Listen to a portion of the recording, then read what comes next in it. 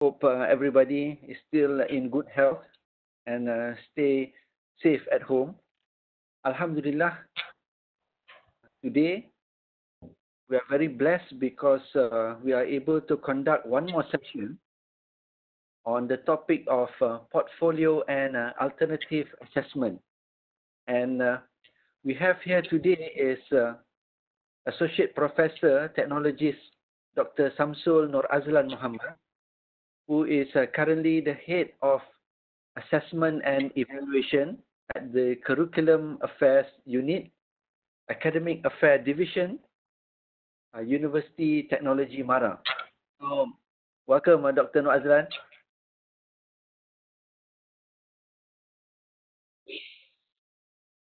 Okay. Thank you for the invitation. All right. So, Alhamdulillah, participants are increasing now. So, today we are going to invite Dr. Nur Azlan to share some of his experience and also some of his expertise. In fact, Dr. Nur Azlan has already give several talks on regarding portfolio and alternative assessment in some other universities, and I've attended one of his sessions in UUM last year, and it was a great experience actually. So as now we are doing remote learning, and part of it is to do alternative assessment as one of our ways of assessing students. So we conduct this topic on portfolio as one of the alternative for academicians, lecturers to adopt this type of assessment for the students on each respective courses.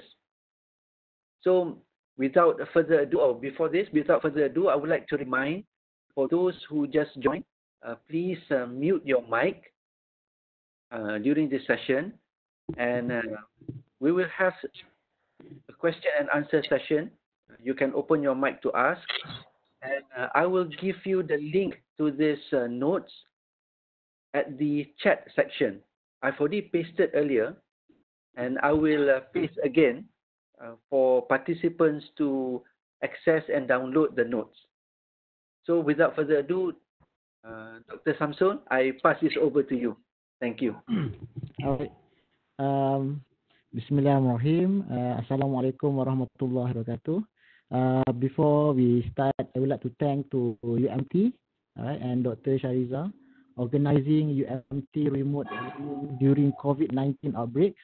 And for today's topics, we will talk about the portfolio and also the alternative assessment.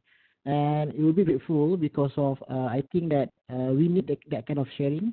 And I think that most of the university nowadays, they take initiative to do some kind of webinar or online training to help lecturers, not only for their university, but also for other university to join in and also to learn from several topics. I think that when we start our MCO, there's a lot of webinar being conducted by other university.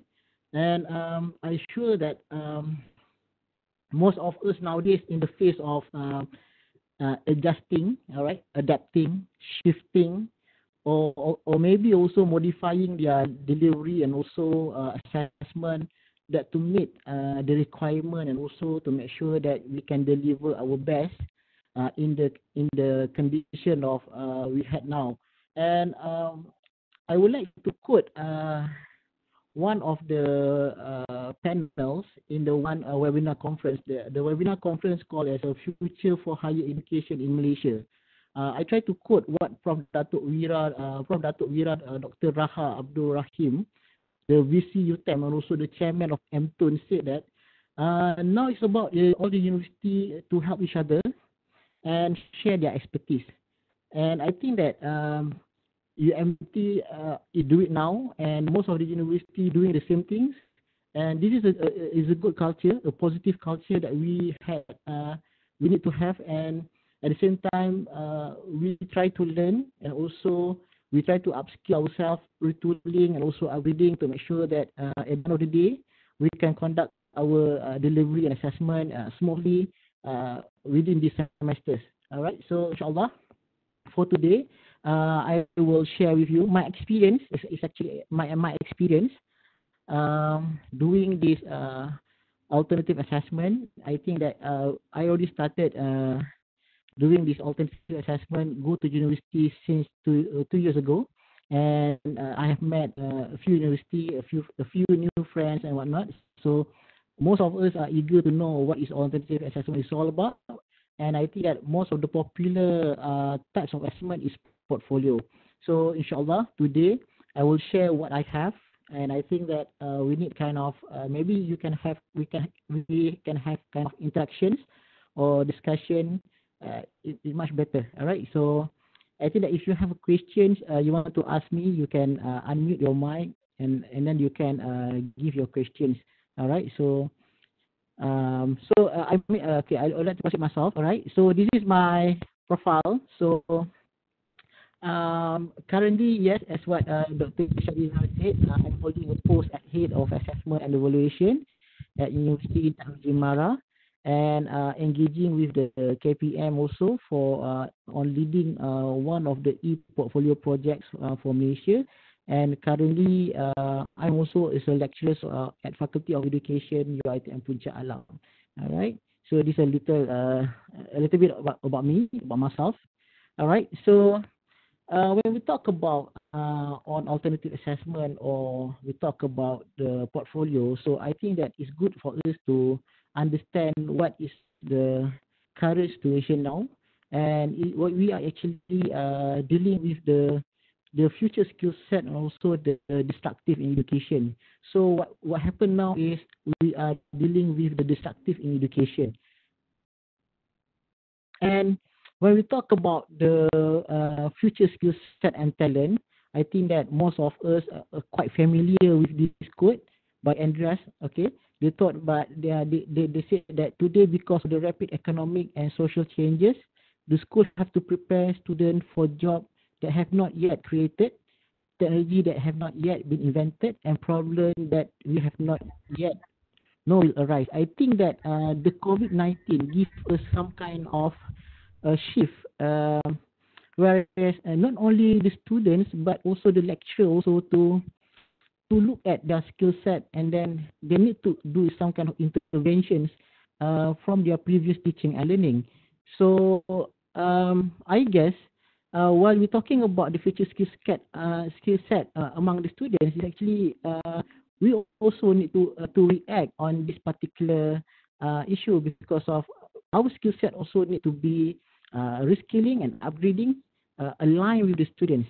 And while talking about the future skill set, so if you can refer on this document, all right, on to 2020 skill outlook, there are 10 top skills been written by the future of job report 2080 by the World Economic Forums, that stated that yes, these are the 10 the most important that the student need in future, by having the analytical thinking, innovation, active learning and learning strategies, creativity, originality and initiative, and the rest.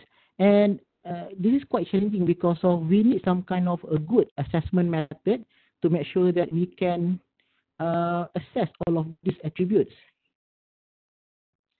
And when we talk about the future skill set, we cannot run from the education landscape that changing time to time. And what we have now, when the COVID-19 outbreaks coming into our countries and also the world, is actually we are now in the war, but leading by the VUCA, because of VUCA.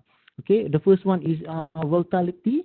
It was fast and unpredictable, change without clear patterns. This is what we have now, because of when the COVID-19 happened, all the university need to do something and how to overcome this issue, meaning that the student not in the campus anymore. So what we need to do, we need to react very fast. We need to decide very fast, because of we cannot wait. And somehow or other, it becomes so uncertain because of the frequent of disruptive change, when the past is not very good, the predictor for the future.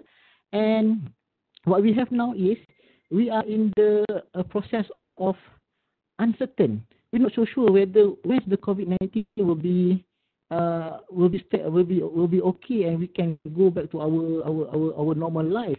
That's the reason why what our PM said, that we are now in the new normal, and we need to do some kind of adjustment, and also do some kind of modifying on our style of life. And yes, we have to agree that it was so complex, and also it was so ambiguity.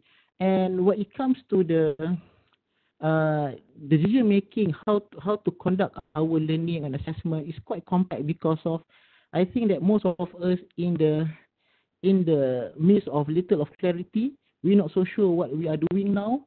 We also not so sure what is it our delivery and also assessment is it effective as compared that we're doing on face to face, and everything becomes so fuzzy for us.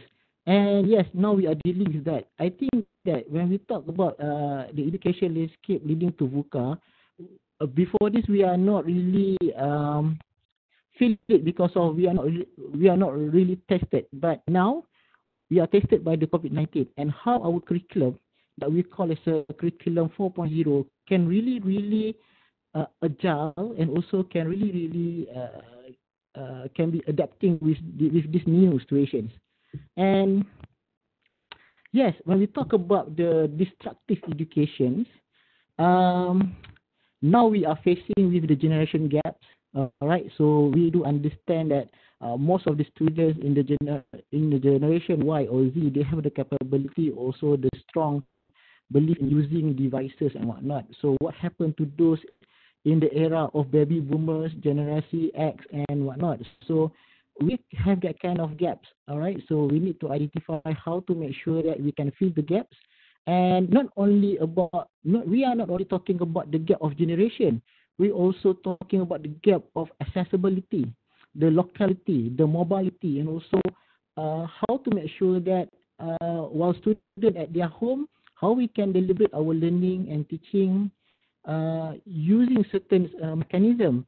And as we know that not all of the students have that good internet connectivity, but how we want to fit or we want to give that kind of equality in education for those who don't have any accessibility in terms of internet connectivity. These are the things that we need to look at, and we need to focus what is the best for them.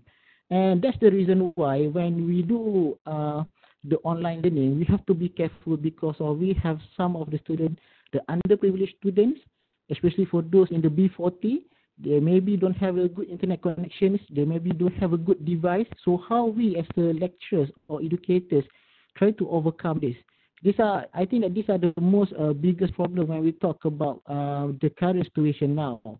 And indeed, when we talk about delivery and also assessment, yes, the personalizations play an important role nowadays. So meaning that we have to treat students one by one. Our job become bigger, and our task become bigger. So we need to make sure that we need to give the priority a lot to the student as compared than we do face to face. I think that we can go for batch by batches, and then now the situation is different. That's the reason why I think that the learning and personalization is become more important. And I do agree also that yes, bring your own device, BYOD. Students need to have their own device, utilize their own device, and social media content sharing is what we do now. We will be park our content everywhere. Maybe we park our content at our YouTube. Maybe we can share our content at our Twitter or in our Facebook or whatnot, to make sure the student will get the access. All right. So, and I think that when we talk about the destructive pedagogy, all right. When we talk about the destructive education, I think that I would like to highlight that there's one term that maybe we should look at is a destructive pedagogy. I think that these are the new terms, or I think that the previous study has been conducted talking about the destructive pedagogy. And the reason why I highlight the destructive pedagogy now, because of these are the things happen now, and we should look at it. All right. So how we as educators to understand on the learning behavior and also to give them a good experience. When we do face to face, is in comparatively it's like really much easier as compared than now. So when you do everything is online, everything do is a remote learning. So how do you want to make sure that you can give the learning experience to the students? And number two is how do we look on the voluntary activity participations on every activity that we give to the students? I think that when we conduct a teaching, most of our hours, maybe we have hours for our lectures, that maybe we have hours for our for students doing their activities, and the activities allow the students to be more student-centered learning. That is where we need the kind of voluntary activities to the student participates and enjoy the activity, and how to make sure that the student can complete the activity. All right, so these are the things also when we do our online teaching. It's quite challenging for us. So how we want to make sure that they engage with our activities, and dealing with all the new generation of students. The disruptive pedagogy not only talking about the behavior, experience, and also the participants, but how we encourage students for them to utilize or to maximize their higher order thinking skills, and how they can negotiate among their peers to make sure that they can have that kind of academic discourse in classroom, to allow them to think more critical, to have that kind of problem solving. And this can be assessed through online learning. Is it possible? It's possible, but we need to design an appropriate learning strategies to make sure that the student can get access from here. And when we having now is we also talk about the sociability. I think that UiTM start the teaching and learning the kuliah early, start on 13 April. So after so many weeks, we think that some of the students, they are really look forward to have a social learning through online. So I think that most of them quite like to engage through that. And but what we lost here is maybe we lost in the terms of face-to-face sociability. All right, so most of them socialize using internet, using online, so they are not meet each other, but they are really like on doing socialize through the online. And as educators, all right, so how do we want to make the learning more enjoyment? And I think that the learning, I'm so worried that when we design our online learning, we give them the instruction just to do the works, but we are not trying to create learning more enjoy, also more fun for them. So these are the things also we need to consider when we do our learning and also assessment. And nowadays, when we talk about learning, we cannot only focus on the content, but how to mix our learning into context, because of we want to the students have the experience of real situation and they can benefit from that. And at the end of the day, we want to measure their learning progress and also learning attainment. So the disruptive pedagogy is actually there's something that we need to highlight. We need to do lots of study, and how we want to make sure that we can overcome this issue. All right. So while talking about the 21st century education, all right. So these are the keywords when we talk about the 21st century education. All right, we talk about the social interactions. All right, so where is the social interaction play an important role to make sure that our students have their own social skill there, and how we can create the content, okay, by using digital content, and engage the student by personalizing the students and how we prepare the student to be a learner for life. So these are the things that we highlight when we talk about the 21st century education. But before I start with the e-portfolio, I just want to bring you some kind of the new concept of assessment. We call it the forging ahead with a forward-thinking assessment. I think that most of you maybe listen this one, maybe heard this is your first time.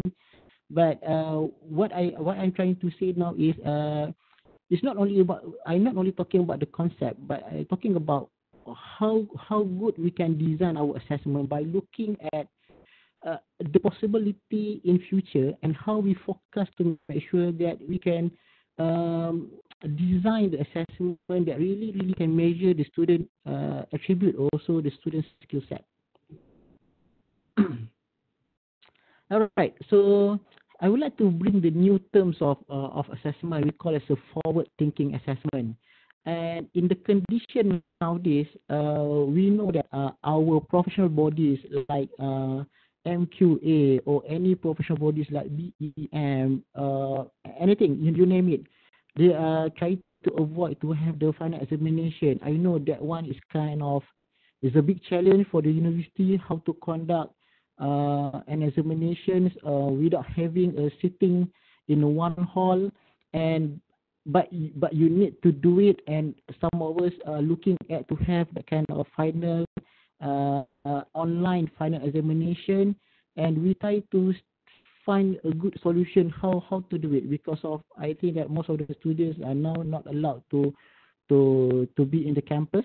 All right, so we have to think on the best mechanisms. But the forward-thinking assessment is looking at the different perspectives. We are looking at how to reorientate the assessment beyond the standardized test and examination, and we establish the evidence-based learning that we call for intuitive technologies and adaptive approach in measuring learning outcomes. So what I want to share you the experience of at UiTM context. Nowadays, we try to reduce our standardized test and also the examination. We are really focusing on the alternative assessment to make sure that I think that the formative assessment can give the students the new experience on their learning.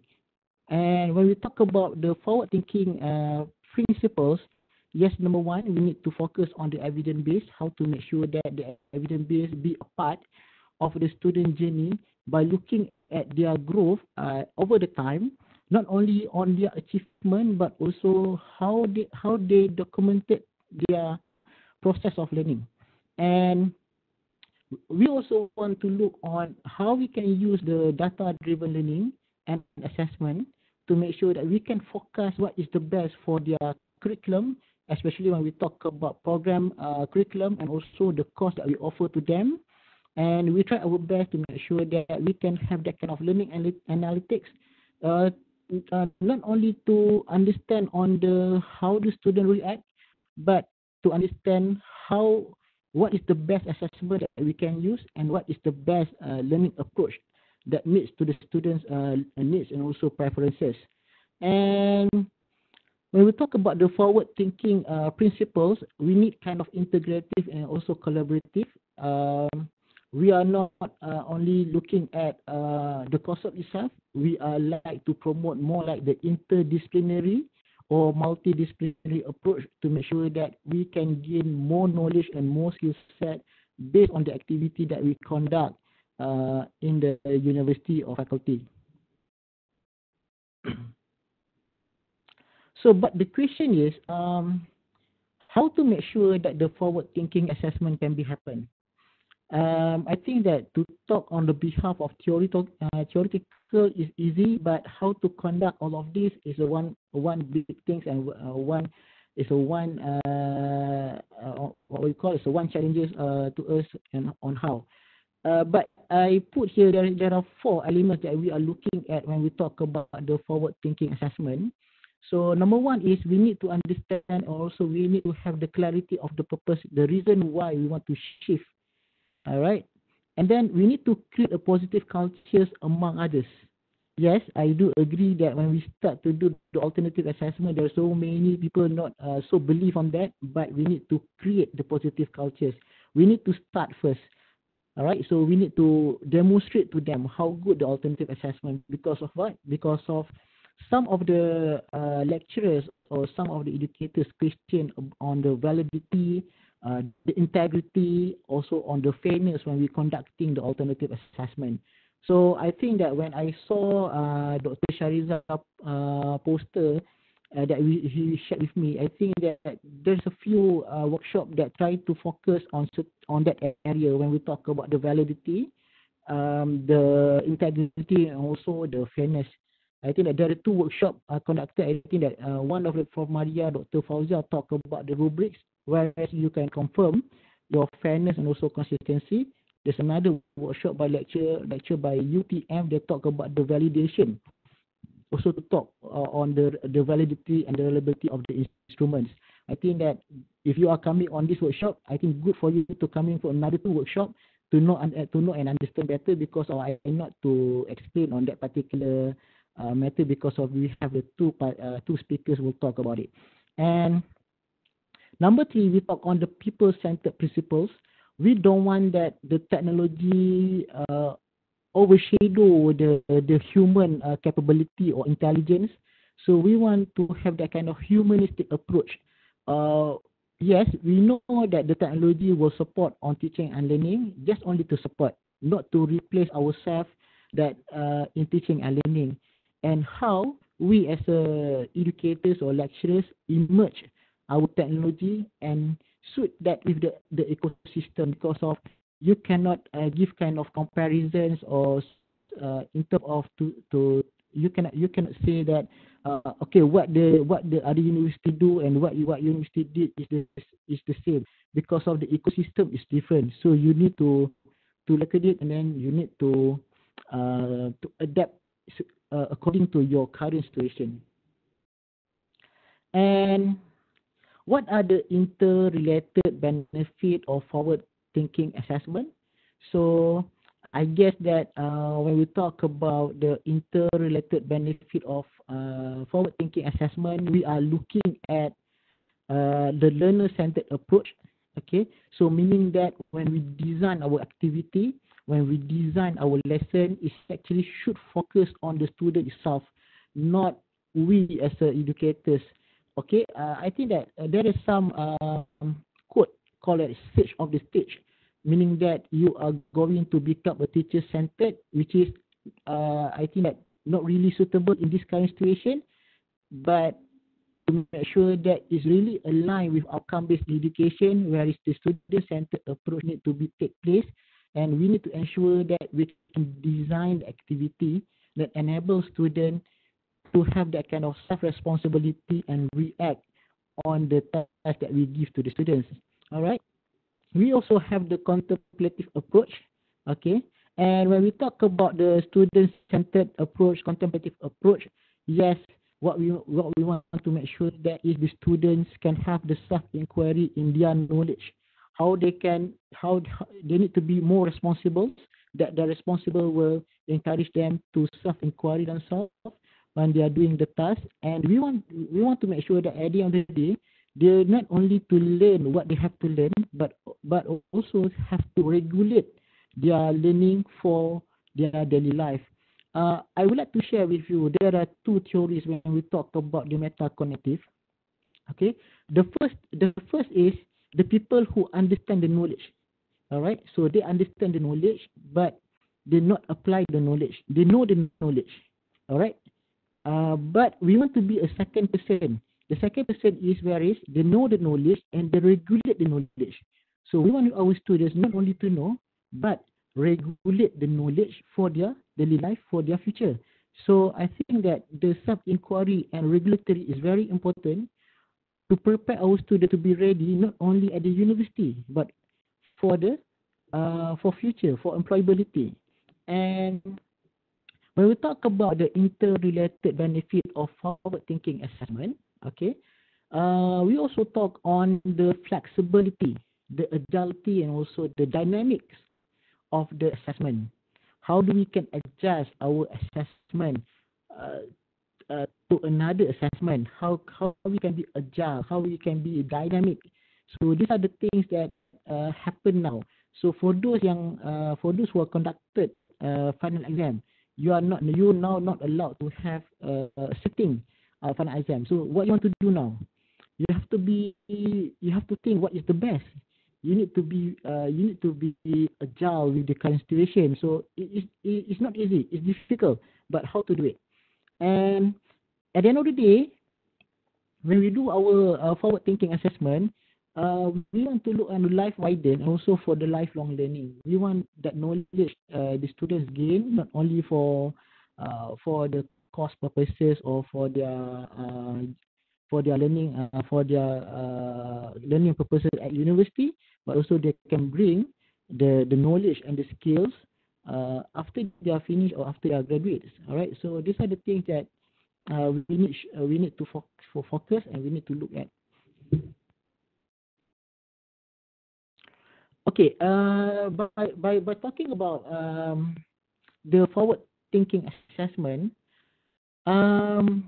these 4 blocks that I show here is I simplified from the National Education Philosophy, from the Malaysia Education Blueprint, from the program standard that we have at MEQA and also the professional bodies, and I try to sum up that at the end of the day, what we want to see is we want to look a complete person who have the intellectuality, physical, emotional, and spiritual.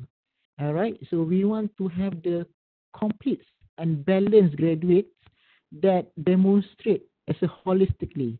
But to make sure that happen, we need to make sure that we have that sets of predetermined standard in defining scope and skills. So if you want to have the students, if you have the student from the accountancy, so what are the predetermined standard that we need? What are the scopes? What are the skills that are required from the students? It's completely different with the student who come from the architecture. It's completely different from the student from education or from the engineering. So we need to set the predetermined standard because of we cannot treat the student equally the same because of the skill set is different. When we talk about the skill set is different, the assessment also different. And because of what? Because of at the end of the day, we want to have that kind of graduate profiling for the employability. And when we talk about these 4 elements, I can say that the forward thinking assessment is not only about analyzing or executing, but the ultimate aim is to measure the quality for the whole system in assessment and evaluations. I think that maybe some of us looking at our courses, yes, good, it's very good. But if we can expand a little bit more, if we can look our assessment not only at our course, but look at our program also, and look how this assessment across, we do that is much better because we try to understand on the system itself. All right. And the forward-thinking assessment, there are 3 elements I try to highlight here. Is the first one is input, process, and also the output. So when we talk about the input, okay, of course, most of us want to have that kind of immersive and active learning experience. That what we always look at and we always think about. But as educators, when we choose our assessment or evaluation techniques, we need to understand what are the values of the assessment to the students. Okay, so we need to identify that to make sure that the values that we give to the student are really they can use that one for their future. And we can use a variety of assessment. We have a lot of assessment. I think that if I can share with you, I have a book. They call it assessment A to Z. All right, so you can do a lot of assessment. Many assessment offers. All right, not only you have a final test, examination, or case study or whatnot. We have a lot. All right, and how to make sure that how we can align the assessment with our context. All right, so meaning that the lecturer need to have the capability not only talk about the content, but how to contextualize the assessment. Then, as again, I said that we need the personalized learning, and we need the resources that designed to support student learning. I do understand that when we conduct the current situation now, most of the university is looking at the best approach. But I just to share with you what the UiTM did is we are not only looking at the online learning, we also looking at the open and distant learning, because we know that most of the students at UiTM, not most of them is affordable, have a good house income, and I think that most of them is actually at B40. And how we can use the ODL as a part to make sure that yes, they can get access to learning. And you have to provide them with resources. And what we did is, for those who do not get the internet connection, we send it by post.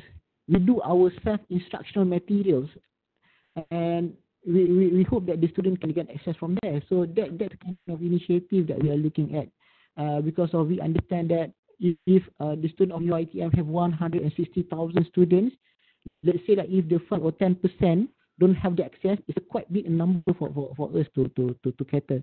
So when we talk about the remote learning, it's not only talking about the synchronous learning, we also talk on the asynchronous learning.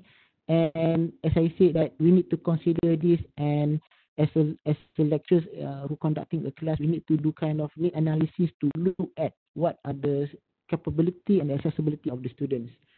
So this allows us to make sure that all the inputs, all the immersive and active learning experience can be happen in that particular movement, because we have about 14 weeks. So what are the input we want to give to them in 14 weeks? And by having the process, okay, so we need to make sure that yes, we have to ensure the quality of assessment. When we use the alternative assessment, it's not about to have that kind of the terms timbang kati for everything, but we need to have to good mechanism how to make sure that we can provide the effective stimulations and challenge and encourage students to engage. On the designing part of the assessment, I think the most important part. But today I will share with you how to design a good assessment instruction, inshallah. All right, and how to make sure also when we do the effective assessment is to support student development. That's the reason why the assessment not only gives student kind of marks, but also give the indication how the student can improve time to time.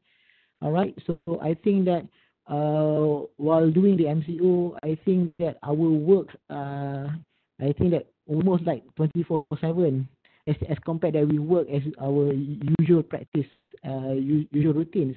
Okay, and we also look on the student gains and also the learning outcome as our output. So how do we measure direct and indirect measures? When we talk about direct and indirect measures, meaning that we are not only looking at the GPA or CGPA, okay, but we're also looking at how do we use the assessment as a diagnostic feedback to the students to improve the student time to time, and to make sure that the student perform and also have that kind of change in their learning process. And when we talk about direct and indirect measure, the performance indicator allow us to understand what kind of students and what are the capability that they have now, to make sure that we can do that kind of intervention, and how the attainment can be increased to make sure that the student fill up certain skill set. So these three elements, by looking at input, process, and output, is a process. Whereas I think that most of us doing now, just a matter of to get things aligned and also to realize that it's happened. Okay.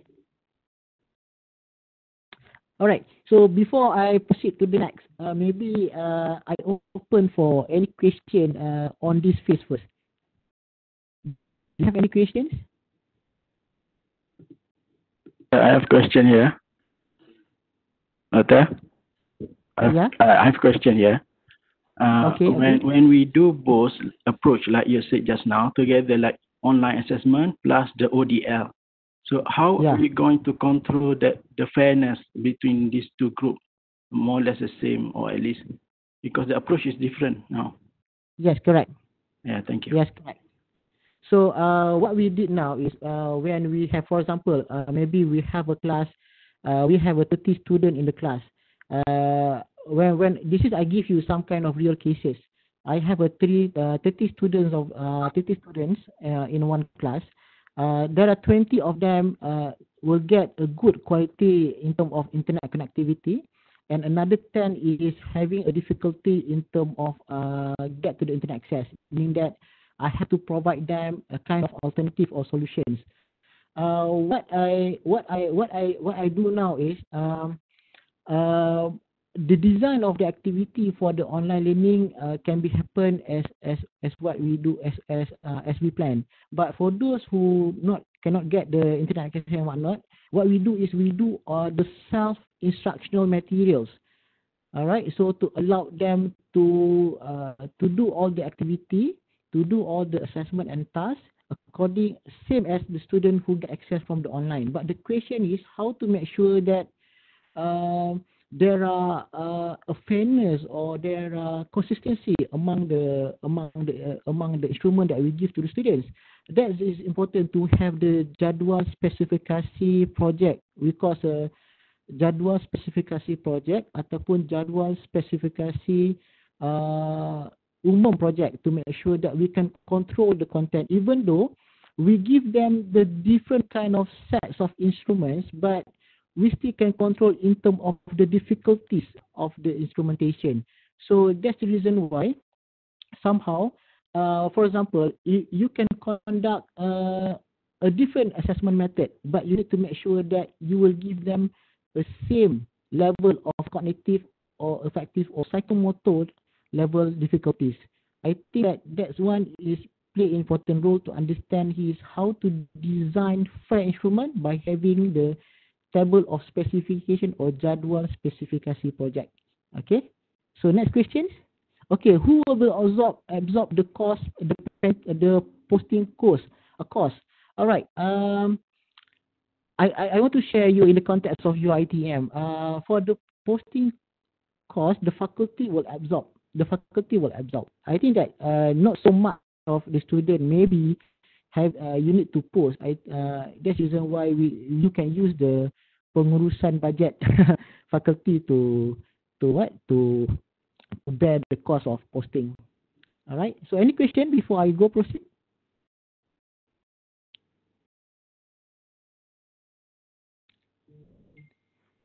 Because the reason why I highlighted we are not only cannot focus on the online learning because we need to understand that we have a student who is underprivileged.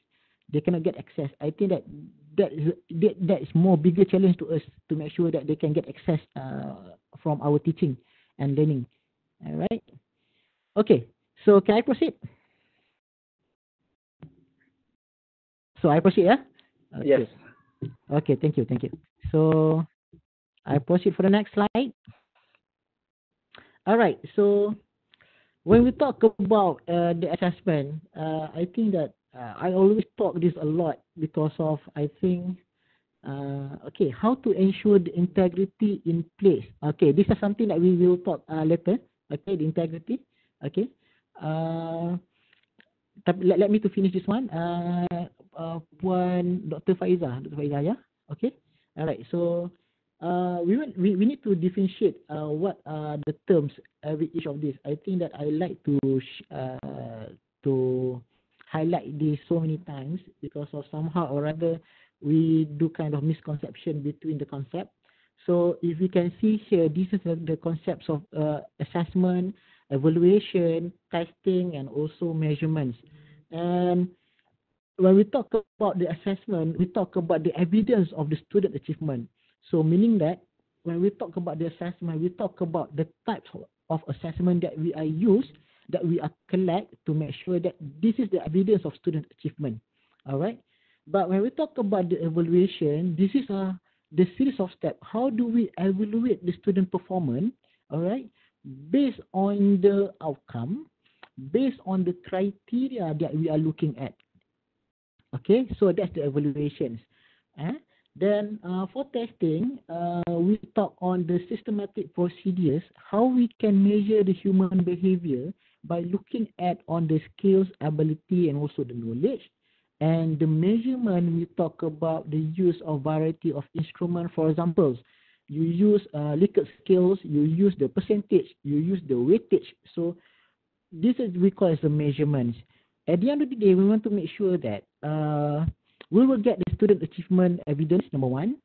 We're able to evaluate the student according to the criteria, number two. We need to also having a good and systematic process on designing our assessment and evaluation. And we need to find a good mechanism to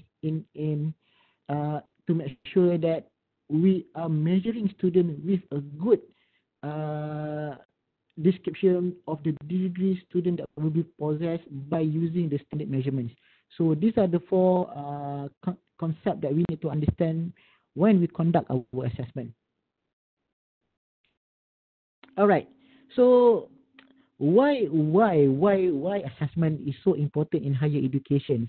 The reason why we look forward to have that alternative assessment because of we want to shift from teaching to learning. All right. The reason why I say that because of now currently, as what I saw here is, if for example, if of the lectures have 3 hours lectures, face to face, before COVID, I think that is manageable for you to do it. All right, but it's still a teacher-centered approach. But now you are in the era of COVID. Is possible for you to have 3-hour teaching online? I don't think so. So what we need to do is we need to shift from teaching to learning. We need to allow the student have the experience doing the activity instead of we are lecturing almost about 3 hours. That's the reason why the student-centered learning need to take place. All right, and when we talk about the evaluation and assessment, there is always a confusion between terms and conditions. And I already shared with you the terms and conditions and how we can distinguish between the terms of evaluation and assessment. Even I top up another 2 terms, testing and measurements. And yet, we agree that formative and summative assessment is interconnected and seldomly stand alone in constructing feedback and effects. We as a 14-week learning journey, or we do our teaching and learning.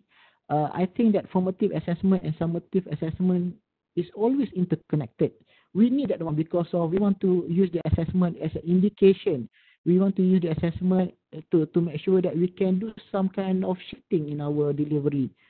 And we do agree also that the formative assessment allow us to become more informal when we're giving the feedbacks and more interactive. All right. So I think that when you ask the student a few questions, a good question, if you ask the good question informally, I think that most of the students will give you some kind of good interactive. And I'm sure that if you can design your formative assessment and allow the student to have that kind of academic discourse, I think that they will interact amazingly. So we need to look this in depth. So, and I also believe that the formative assessment have a greatest impact on the learning and achievement because we are monitoring students week by week, time to time, even though we also consult them at every hours. So I believe that the formative assessment is a good shift to make sure that the student at the end of the day become good before they enter your class. So that's the point that I want to share with you when we talk about shifting from teaching to learning. All right. So these are the indication when we talk about. When we talk about the statement of assessment, all right, we also talk on the values in assessment. What kind of values in assessment you want to put in? Right. The first value we want to put in is we need to have the values in believing our students that they can progress and also they can learn what they have should learn. And we need to share the learning goals. I think that when we do our learning remotely nowadays, I think that sharing the learning goals is very important. We want to make sure that the captains and also the anak kapal also uh, come together.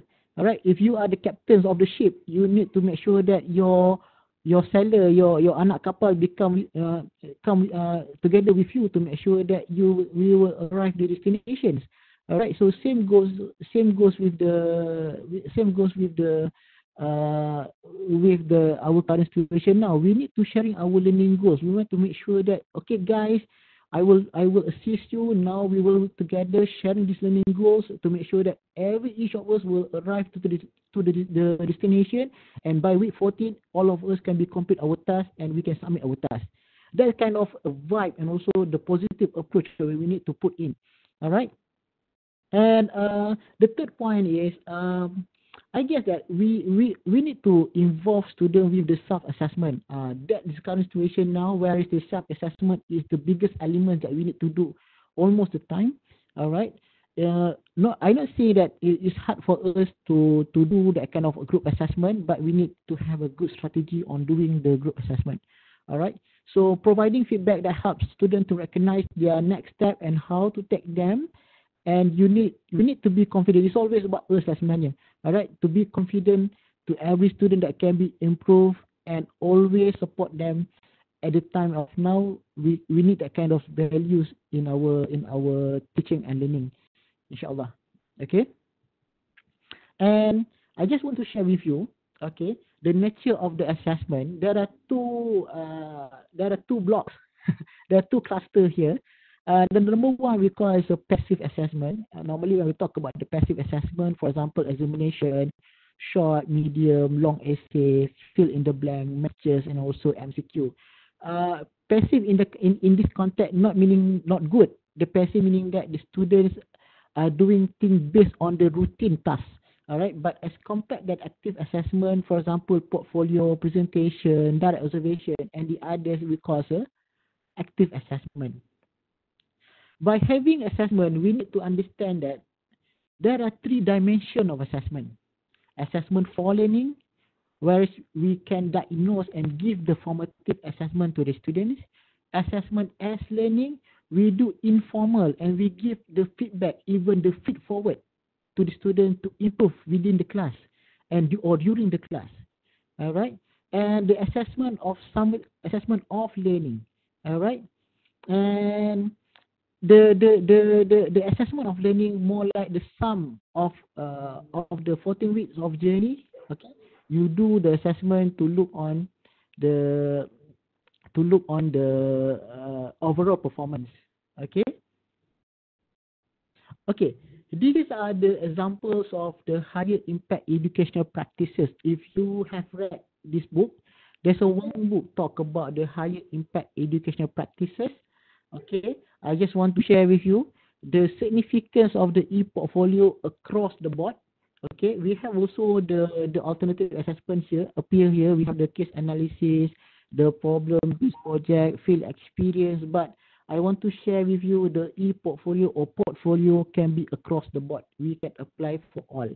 That's the reason why when I mentioned about the forward-thinking assessment, the evidence-based assessment, the evidence-based play an important role, which is I look forward to look at the portfolio as the best component in measuring student performance and also their competency in courses or program. Okay, these are the evidence-based learning. Okay, so now we move to the portfolio. All right, so what is the e-portfolio? All right, so the portfolio as an evidence base for the future graduates, for the future ready graduates. We want to make sure that each of the students have their own portfolios and to prove that they are ready, they are the future graduate that fulfill all the skill set that we design in our academic programs. And when we talk about the portfolio, Normally, portfolio have a two version of e-portfolio. Number one is traditional portfolio. You can do by using scrapbooks. You can using by any traditional methods. All right, not digitals. You can use the what we call the hard pin to count the portfolio. But when we talk about the e-portfolio, it's more like on the digital collections of the works to showcase the student knowledge, skills, ability, and also and their growth over the time. So there are two formats of e-portfolio as we can, as I mentioned. The first one is a traditional portfolio, and number two is the e-portfolio. We can use both with a different format. Okay, so by having this e-portfolio, as I mentioned before, we focus on the 5 attributes. Okay, so number one, we look on the knowledge. All right, so how the students use their knowledge, and how we can look at their skills, their ability, their experience, and their growth, and this can be measured over the time, inshallah. And the reason why we drive the e-portfolio because of this is the additional or supportive information or data for our graduates to the industry. By having a CGPA is not enough because of that one just the numbers, but we need to have the portfolio to prove the student have certain skill sets and capability. And I think that when we start the e-portfolio initiative by KPT at that time, our mantan Menteri Pendidikan Malaysia, Menteri Pengajian Tinggi Datuk Idris Yusof, I think he is the person who started this initiative that want the student to have one portfolio for one student.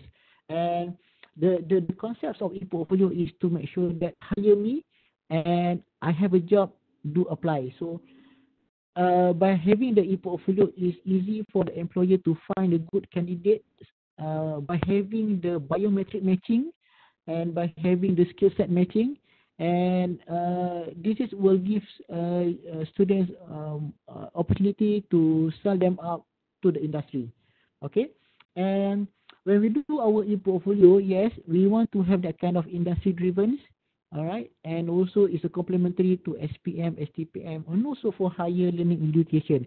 I just want to share with you, when we talk about the e-portfolio, not only higher learning institution is moving towards on e-portfolio, primary and secondary school also moving towards on having students portfolio for student portfolio. They are start to initiate this project to have that one. I think that the latest news that I got is because I joining one of the Smart Global Excellence schools, whereas they want to have that each of the student need to have the e-portfolio. They targeted 100% of the students. So meaning that not only higher learning education take this initiative, but the primary and also the secondary school also get along the line to ensure that each of the students have their own portfolio. All right. And the reason why we need to have the e-portfolio because we want to have that kind of one-stop portals, meaning that we can score the best candidate, the best potential employer, maybe okay, and we want to make sure that at the end of the day, we can use that one as a database not only to get the employer, but if you look forward, we can use that one as a data alumni to get back our students and to know where our student what our student do now. So I think that when we think big, I think that the portfolio not only for graduate employability but also is good for university to have the alumni data. All right, and when we talk about the e-portfolio, we also talk on the quantitative versus qualitative. When we talk about the quantitative, we talk about the CGPA that portray student achievement and capability, but the e-portfolio can become the qualitative approach that we can see the candidate at the different sites. All right, so meaning that they give you some colors, not only just the numbers, but you can the e-portfolio can be shared to see what is the real talent of the students. And I think that the ultimate aim is we want to visible our Malaysian graduates, especially when we talk about not only for local employability, but we go for the global employability to make sure that the students can get access to be a global worker in future, inshallah. And the intention here now is we are not only just to see the grade, but we want to see the person, how good the person is, and how the person can be contribute to the specific stakeholder and whatnot. All right. So as to wrap up, why e-portfolio? Okay, the e-portfolio we want to use, number one is for the visibility. All right. Yes, we want to visible our students. We are going to have the industry driven to make sure that at the end of the day, when they finish their study, yes, they can get the job. That our mission, that our target, to make sure that the employability rates increase and give the good indication. It also give the good indication to the university, also the program that developed by the university, and also want to make sure that the marketability of the students. Okay, we have about 20 UAs. How do we want to market our students? And at the end of the day, as I said, it can be a big data, and also the learning analytics is good to us to understand the student and to improve our academics, program academic, and also courses time to time. Okay, so dah ada soalan dah. Okay, tak apa, cuba jawab soalan. Okay, since COVID-19, my LI student really find it troublesome to do internship. Please share what we can proceed with the assessment that can give solution. Okay, I want to respond this. Okay, for example, if you read the one of the statement from MQA, okay, I will read you one of the statement. Okay, if you, okay, I know the answer. All right, if you read one of the statements of the MQA, we can replace from having the face-to-face internship into another form of assessment, but again need to meet up the specific requirement of learning outcomes. This statement is allowable by the MQA to allow the student, that allows us to change the assessment. Okay, so just a matter of we want to find what is the best assessment that can replace on the internship skills that we are looking at. Wait me, I try to find the statement. All right, so okay, I read the industrial training by the MQA. Okay, replacement. Okay, replacement of the industry training course or other method or industry exposure. The higher education provider may replace industrial training with appropriate alternative that involve both industry collaboration and supervisory by industry practitioner. With the industry-based project, however, is depending on the stability of the study as well as considered by the related professional bodies. So, or else, if let's say another phrase is, if the HEP may exempted student to have completed at least 70% or 80% of the period specific of industrial training that completing the remaining period, the subject to be suitability of the field of study we consider to be related for the field body. So meaning that you can decide you can change the alternative assessment that suit with the current now. What about the teaching practicums? Okay, it's good. Teaching practicum for teachers, right? Okay, what we did for our Faculty of Education, UiTM, most of the teachers we allowed to do what we do now. We do online teaching and learning, but the student allowed to do that, and we will assess them based on the online and teaching practice. What we did now is we change our mechanism, we change our rubrics to get aligned with the current situation now. So most of our students now conducting their teaching and learning as online. Okay, experiment practical. Okay, for the experimental practical, this one I want to quote from BEM. Okay, BEM allow us to have that kind of replacement on simulations. Okay, you may not need to be at lab, but you can do kind of simulation that suitable with your experiment exercise. But again, is look back on the suitability and also the how does it allow you to assess the skill set. What if the school do not instruct them to do online? I think that the faculty need to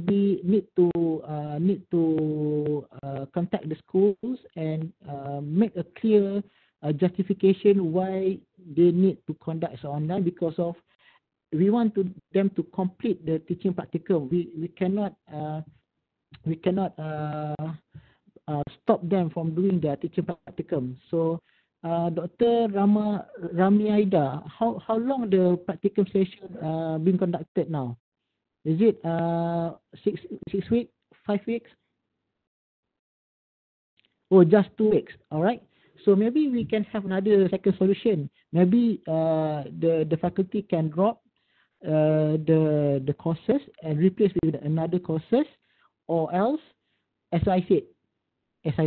So if the school allowed the trainee teachers to have the online teaching, I think there should be no problems. But the faculty need to give some kind of indication to the school and helping them. Is it advisable to postpone their teaching practicums? That one is depending on the faculty decision making. You can postpone, and then you can replace with another courses, and to make sure that the student can. That one is depending. Depends on the faculty decision making. All right. Okay. But what we did at UiTM, Dr. Rami Aida, because of our student now already done 6 weeks of the practicum training, so we cannot stop them. So what we did is we have that kind of collaboration between students and also the schools to make sure that they can continue their practicum session. Okay, what about the course with hands-on session? All right, so that one is a good question. Let me to ask that one later. Let me to proceed this one first. So I will hold your question. Okay, all right. All right, so what is the e-portfolio pedagogical framework? So a portfolio pedagogical framework is divided into two. The number one is focused on the documentations, all right, that emphasize on the assessment technologies in spurring the development of new online and desktop system for collecting, analyzing, and reporting the information of student achievement. But for the achievement, there are two things we need to highlight here. Number one, you can develop your portfolio is based on the course portfolio. It was very specific one, course portfolio. Or even you can have the e-portfolio by integrating knowledge, skills, and ability over the whole duration of the study, include academic and non-academic experience. So what I want to share here is one of the framework that I use for the UiTM. So these are the frameworks. Okay, the framework is actually the criteria that need to have in a student portfolio. So we divided into 4 category under the learning, documentation, and achievement. All right. So the first, number one, we need to have the student profiles. They need to have their own e-resume, contact details, vision, mission, and everything. Okay. And they also have a slot for their academic, teaching, learning, and assessment. Whereas here we put everything lah. For example, we have the Education 4.0, OBE, 2U, 2I, TVET, the 21st century learning and teaching, also alternative assessment as the compilation of the academic process. But it more beautiful when we put the learning experience, because of the learning experience such internship, on-job training, community service, volunteerism. I think it will make the portfolio much better and more wonderful, more amazing, because of we are not looking at the skill sets of academic, but we also looking at the skill sets of learning experience. And We just let the number 4 because of we think that the students have their own personal charm, meaning that they have their own talent, they have their own strength, they have their own potential, passion or interest, just need to be highlighted, and we allow them to share this one to make sure that they can that there is good side of them instead of having academic also the special learning. So that's the reason why we think that when we talk about the e-portfolio, it can be a lot of collection of works we can do along the duration of learning three years at the university. Okay. All right. So, and what we did now here is to ensure that we allow the student to have all the data. We allow student have the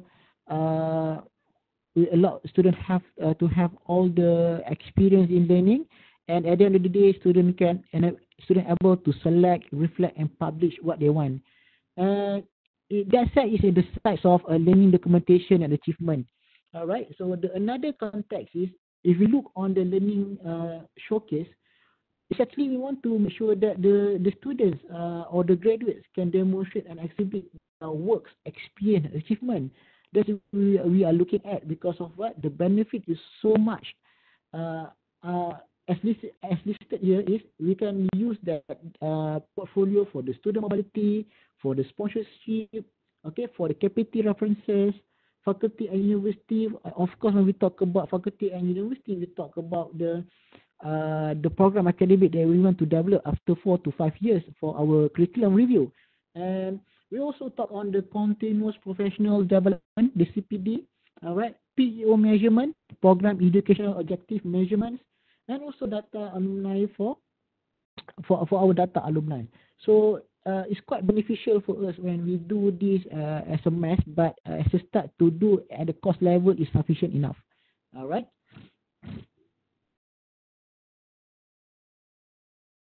All right.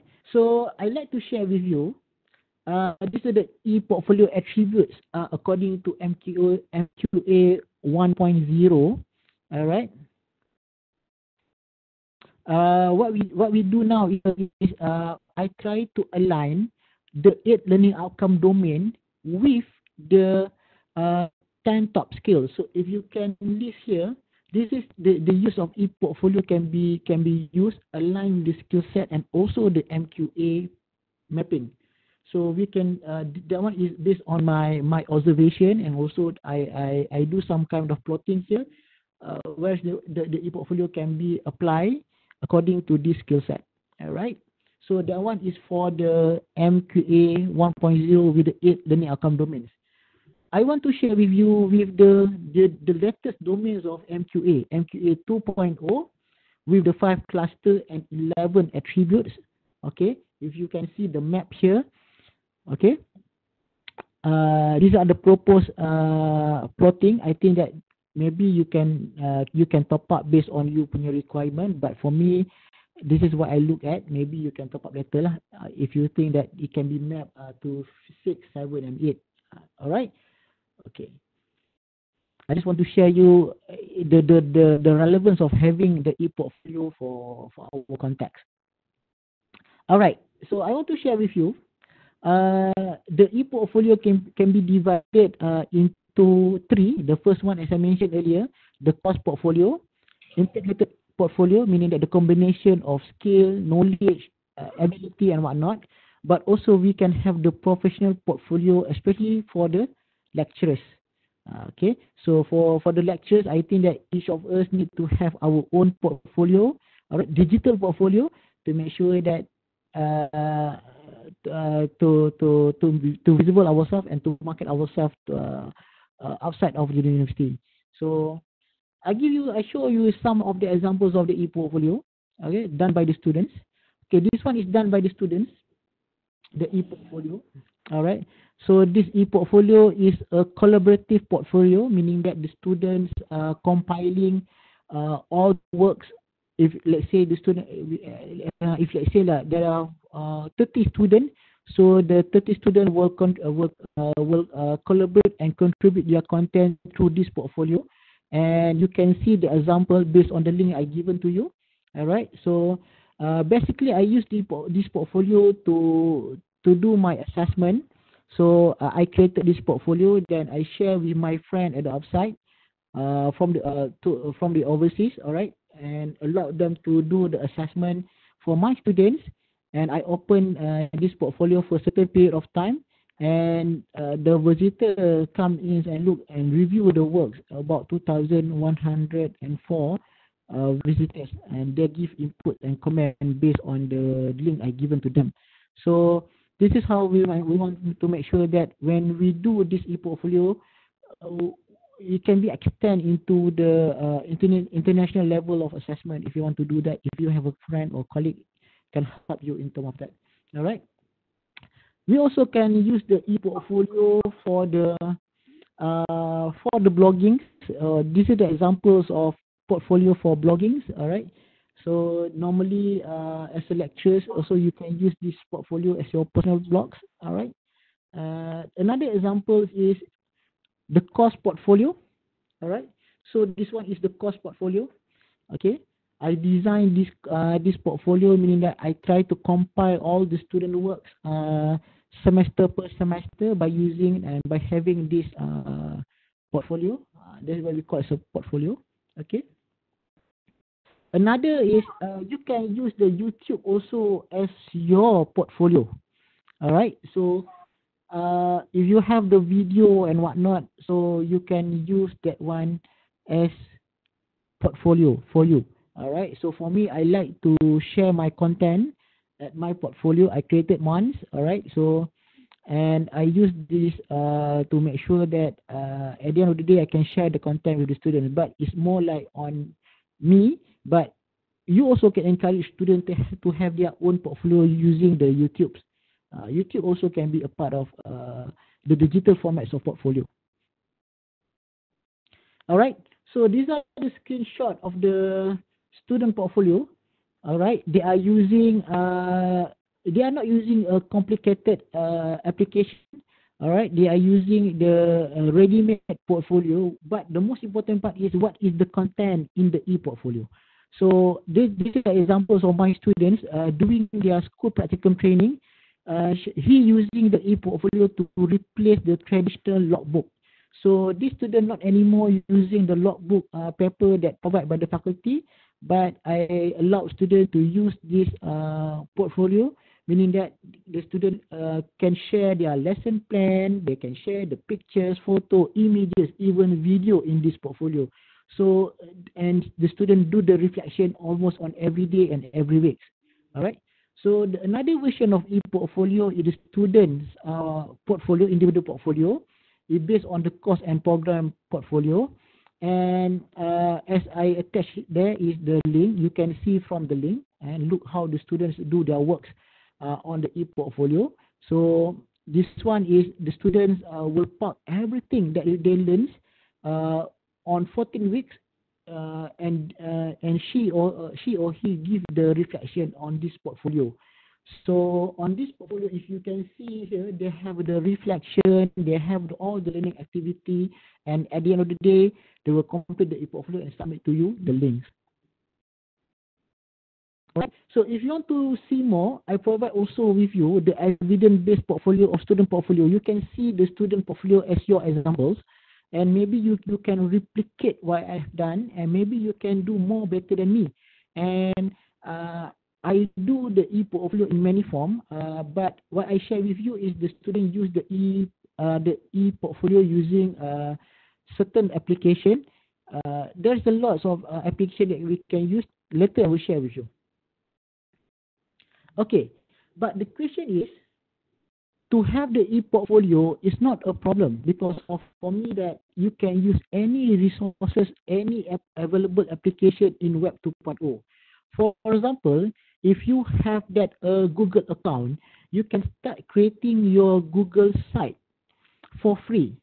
Same goes with the student. If the student have the Gmail account, they can start using the Google site without having paid any cents.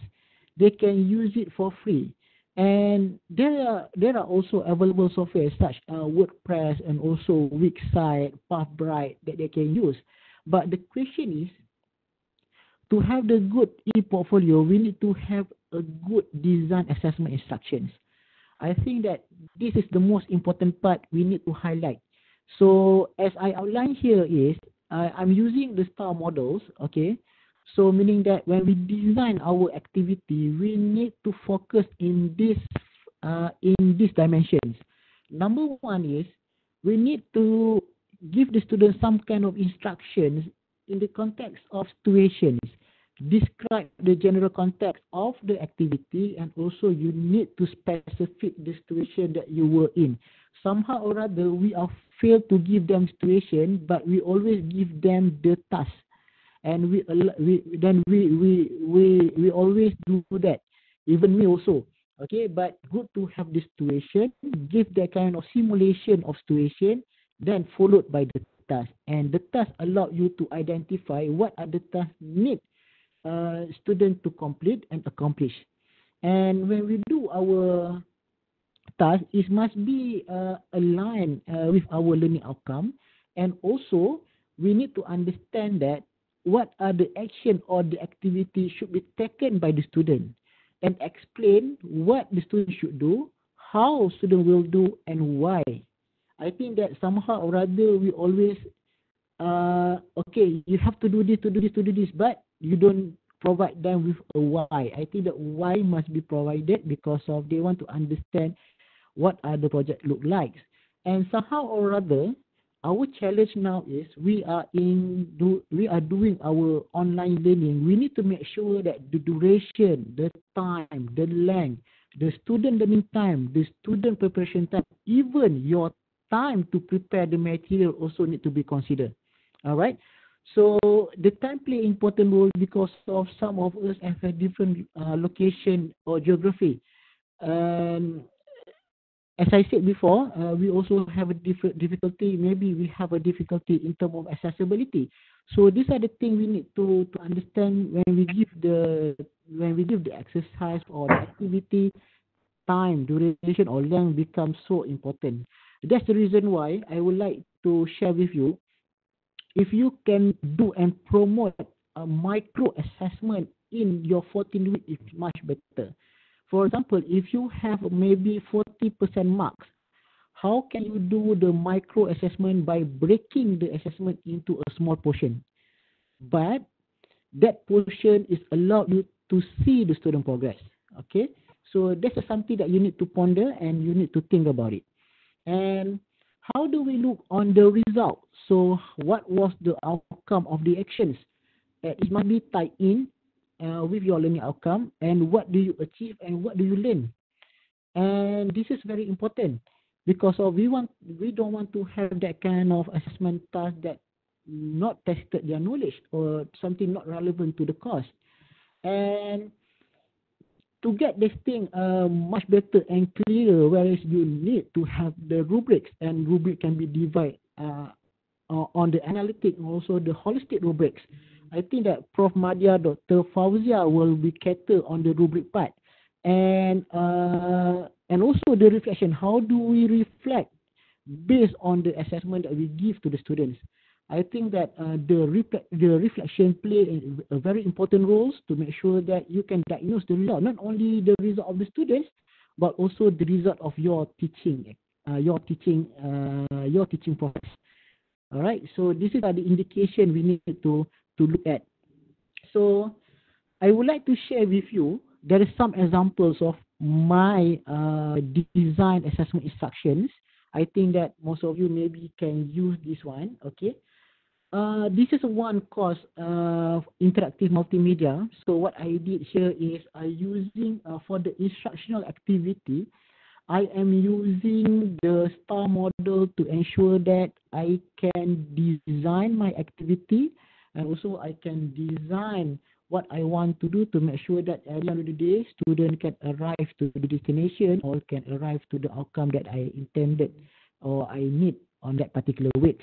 So these are the examples you can see here is, and this plan is actually really aligned with the current situation now, which is I using the synchronous and asynchronous mode to make sure that the student will get all the information that they need to learn. we do understand that some of the students have the privilege to have a learning as an asynchronous, but those who not, we need to think on the solution how to do it as a asynchronous mode. So at the end of the day, we want to make sure that yes, the student will be able to complete the task and also to get access through this learning. Okay, this is one of the example. I think that if you want to go further, how I design the learning instruction, you can access from the YouTube link that I give to you at the bottom of the table, so you can see the video, inshallah. Okay, and from this plan, what actually I'm looking at is this is the assessment and also the learning analytics that happen when the students collaborate with me. I think that this one is not important to give it to the student, but it's important for you to outline yourself to make sure that this is the learning analytics and techniques involved when I conduct my teaching and learning. So when I conduct my teaching and learning based on that plan, yes, of course, you can see that they have the qualitative analysis, which is they have a discourse analysis, conversation, and reflections, and you can see the quality of reflection based on the dimension that I stated there, and also you can see the social network analysis by looking at the interaction between peers and facilitators. So these are the attributes that we can see and how the students can benefit how it can be benefit the potentials of e-portfolio. If you look at the capability of e-portfolio itself, and yes, of course, when we talk about the e-portfolio, also the initiative that we are trying to do now is we want to make sure that yes, the students have the capability using the technology tools, or even to find a solution using the technologies. When we talk about the technologies, it's not what we call it's not only on the modern technologies, but also can look at the conventional technology that we have in our situation now. All right, so this is the table that I will show to you. Okay. All right. So this is the tools, the technology tools in assessment. Okay, the portfolio-based assessment. So this is the tools that we can use, technology tools. All right. So Google site, the Weebly, the Pathbright. Okay, and WordPress, YouTube, Wikipedia, LinkedIn, iTunes, social networking, portfolio, Padlet, and whatnot. So I think that this technology is just the base or the platform, but the most important thing is how do you design the assessment related to the e-portfolio. Okay. So while talking about the e-portfolio, I think that we also need to get aligned with the transformation of assessment and delivery. Okay, and how do we create the opportunity to success from accessibility to the innovations? So meaning that this is based on my reflection of 12 years in teaching. So I can conclude that there are 4 dimensions to create opportunity for the student success by looking at accessibility, engagement, experience, and the ultimate one is the innovation of knowledge or skills that portrayed by students. And the accessibility to the innovation is actually the paradigm. It's supposed to be increasing by level. So if you can see here is on the level 1, we want to make sure that the learners can get access to the resources and learning materials to assist their learning. That's the level number 1. I think that most of us, I think that we can give the student that kind of access by uploading our marks, by uploading our content or learning materials at the platform, maybe at your university. Sorry. Wait, yeah, but interrupted.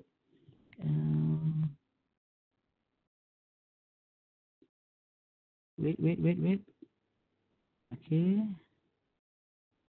Okay. By by uploading your learning material through your LMS, maybe through any application of available in the market. So I think that in terms of accessibility, most of our students, inshallah, will get the accessibility. But the most important part is how to make sure that the learner can engage with our learnings, how they can engage with our materials, and how to bring context in to active the learning and to allow them to participate with the learning materials or even with the session that we conducted. So I think that most of us need to think on this, because of we don't want to create a learning material just to give them some kind of only information, but we need that learning materials that allow them to engage. That's the reason why I emphasize on the self-instruction materials, whereas the student can use your learning materials without having you, and the instructional material will help the student to proceed their learning by self-pacing. And at level number 3, how does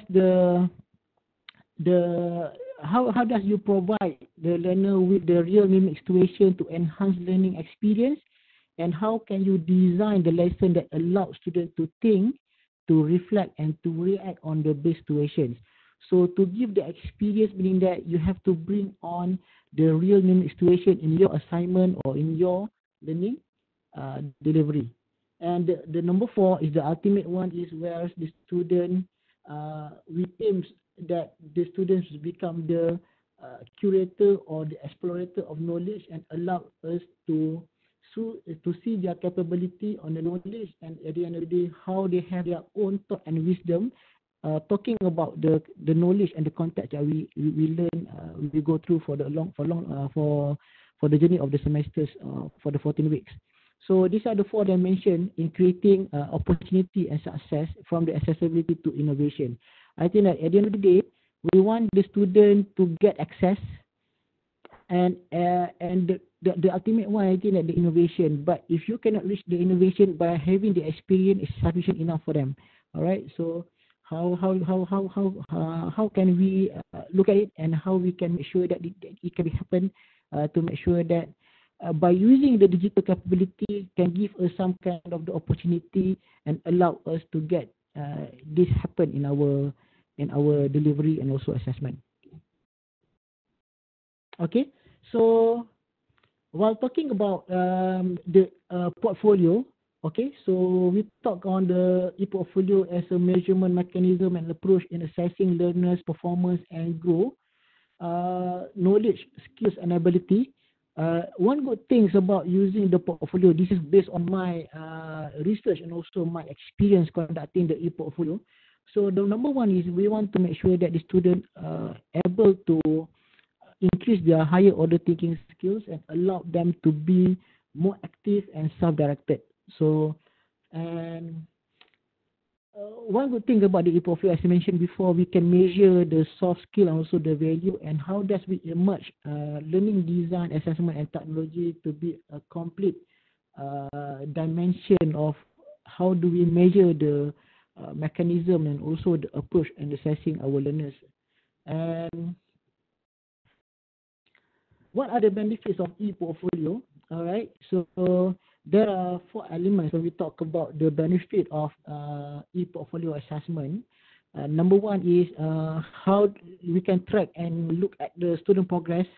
How does the student establish the learning goals, and also how we can track the individual student progress towards the learning goals. And what about the cultures, the establish of the classroom culture that encourage interaction and also the use of assessment tools.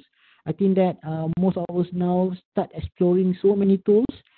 I think that I think that currently we are focusing on looking at the best tool for our online conferences, online meeting, and we try to find what is the best tool for our delivery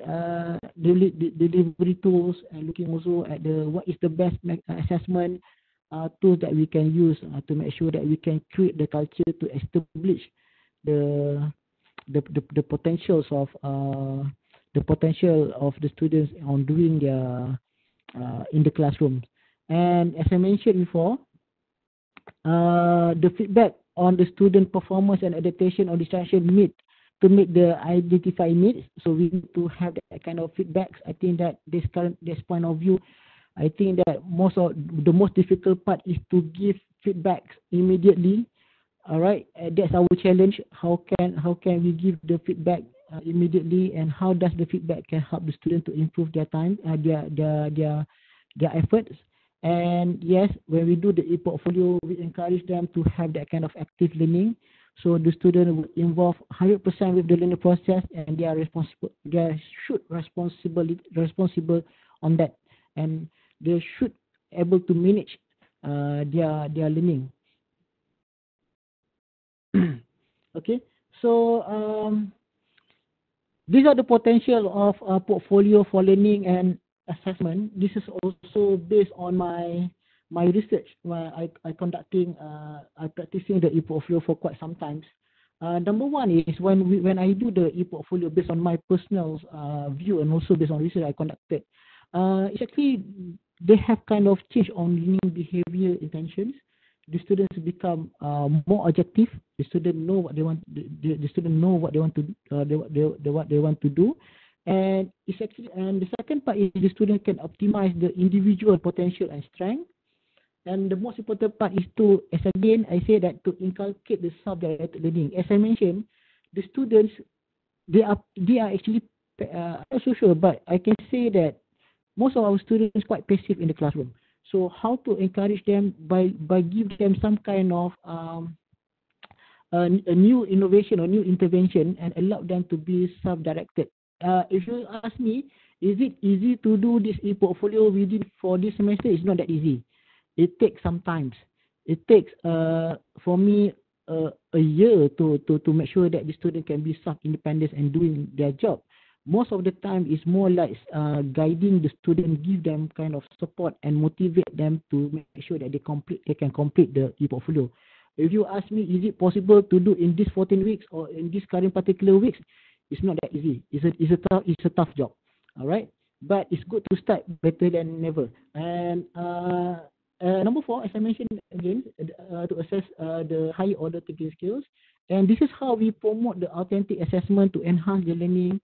To make sure that the student will get something that we want to construct a good, meaningful learnings. We want to construct a new experience by having the e-portfolio.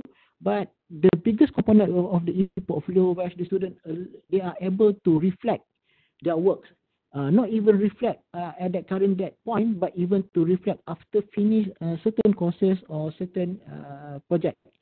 And we talk also about the employability and also lifelong learning. And this is the process on constructing meaningful learning. How they can construct the meaningful learning? By using reflections. Without having reflections, it's difficult for them to reflect, and that's difficult for them to construct meaningful learnings. So when deal with the e-portfolio or other alternative assessment, these are the elements I think that might be worried for most of us. We talk about the validity, we talk about the integrity, and also the fairness of the instruments. I think that inshallah, PM Dr. Fauzia and also the lecturer from UiTM will talk about it. But if you have a question, I try to ask later. All right. So I would like to share also with you. There are a reference that you can use talk about the e-portfolio much. All right, so these are the examples of these are the reference that you can use. All right, so this one is the e-learning interactive lectures. This book was published on 2013. At that time, the most of us not so many researchers exploring on the e-portfolio. Okay, at that time I think that not in Malaysia not so many, but at overseas they started do the e-portfolio since 2000. Since 2000, by Helen Barrett, they come up with a concept and theory of e-portfolio. And then the e-portfolio also, we also have our own reference also by redesigning assessment for holistic learning. This one, I think that's something on 2018, right? The compilation of alternative assessment and the e-portfolio are part of it. Also, you can use this book as your reference to look how to conduct the e-portfolio at different fields. And Another books is you can see also is the buku Panduan Amalan Pendidikan Berimpak Tinggi, mata pelajaran umum MPU. Also have a slot for the e-portfolio. How do we can conduct e-portfolio in our courses? And if you can search also, there's a one book daripada international books. You type it saja in high impact educational practices. You also will get one book, also one text talk about this. All right. So with that, that's all from me. Okay. So I allow you to, maybe we can have maybe a questions or whatnot to make sure that yes. All right. That means one e-portfolio per student for e-courses to be enrolled, or just want to? Okay. Okay. What I did is at my faculty, when we start our e-portfolio, we have one portfolio for one student, meaning that and after that the student can park all courses on that one portfolio. They no need to have to create so much portfolio. Okay, one portfolio for all. Okay. Even though the student will start doing their portfolio using open source to collect all the evidence of work, but the UiTM will provide one system, e-portfolio system, that they will choose based on the 3 years of learning journey study too. All right, they will select their best content and park into the e-portfolio UiTM the best work. But we have our own framework, meaning that for the requirement of UiTM portfolio, they need to share at least minimum 2 courses per semester. Minimum 2 courses per semester. But for the first year, we encourage them to have all the MPU courses, all the extracurriculum courses, because on that time they have to take on the English course. They have to take on the extracurriculum course that we allow them. We encourage them to park everything, and that is on the system. All right. Okay. So I think that for those who have a question, you want to ask more further, you maybe can access my Facebook page. I have my own Facebook page, and also I have my own YouTube channel. If you want to see more contents on regards how to design your assessment, from there you can get better explanation, because of I do the content for teaching and learning for that.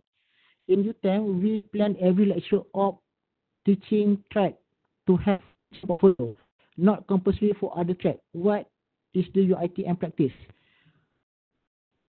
Okay, for the UiTM, the teaching portfolio is meant for all.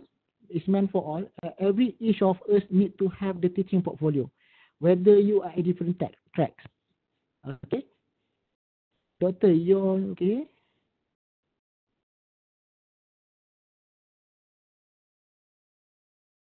Okay, students have to elaborating on cheating. What is your comment? Correct. This is something that is difficult for us to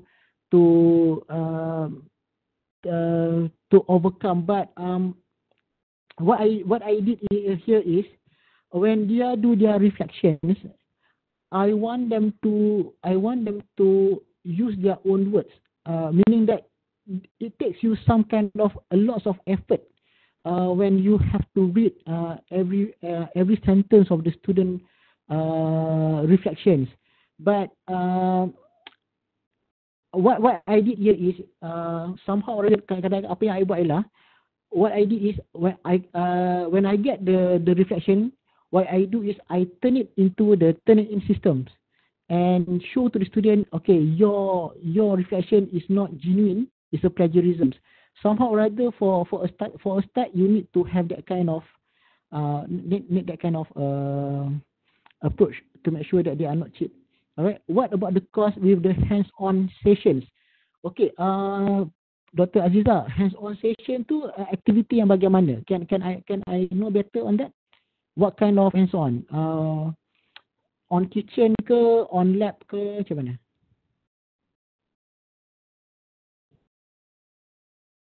Please clarify how to assess the student portfolio. Contoh ultrasound course. Okay, good question. Oh, macam itu. Alright. This is what I share with you. Okay, for example, if you have the courses with hands-on that you need to have that kind of face-to-face online maybe not maybe not good for your disciplines. What we did here is, this is what I share you what I practice in my university. The portion of marks related to that assessment, we bring that into the next semester. We give them TL, tidak lengkap. Alright, so meaning that for the following semester, what they need to do is they just need to complete that assessment, and also we will give them a marks after that. Alright, it's good face to face as well as you skill.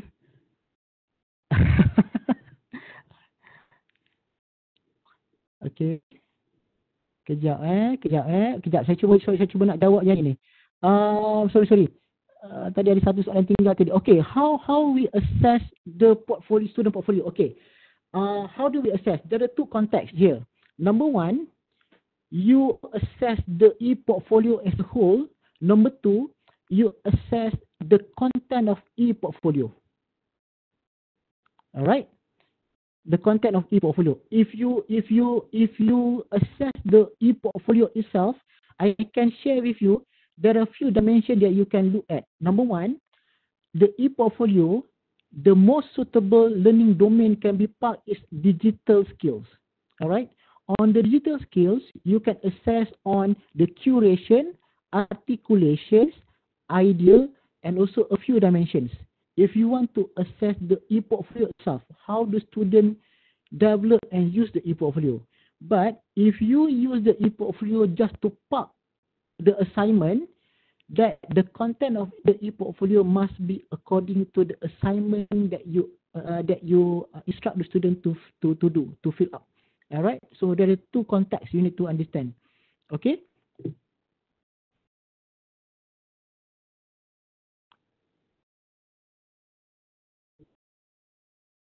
Betul. Okay.